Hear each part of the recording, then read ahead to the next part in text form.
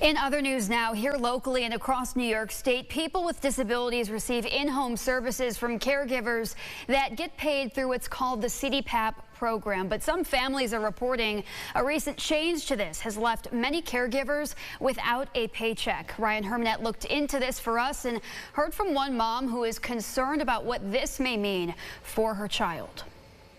You may remember 2.5 weeks ago on April 1st was the deadline for families of folks with disabilities and their caregivers to register and transition to the new fiscal intermediary Public Partnership LLC, known as PPL. These changes made to the original method of which caregivers were paid for their in-home services through the Consumer-Directed Personal Assistance Program, known as CDPAP. This means that caregivers across the state who once received their paycheck from one of 600 options are now being paid by one sole entity.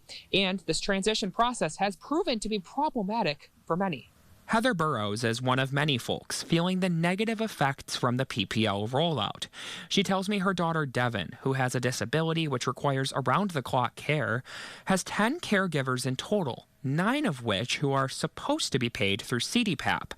But since the transition to PPL and the April 1st deadline, caregivers have reported either not being paid what they're supposed to, not getting paid at all, or being overpaid.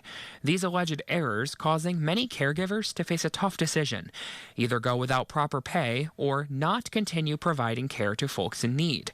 And for Heather, it's been an overwhelming process for her and her family without a clear answer on what exactly to do from here. The 10 women who come to my home are like family. These people have been with us for years. They go on vacation with us. They come to funerals with us. They are part of our family. And I have to say, how many weeks can you go without pay before you leave? Can I do something that keeps you here a little bit longer, knowing full well that they have financial obligations they have to meet? And it doesn't matter how much they love us or care about us. They have to pay their bills.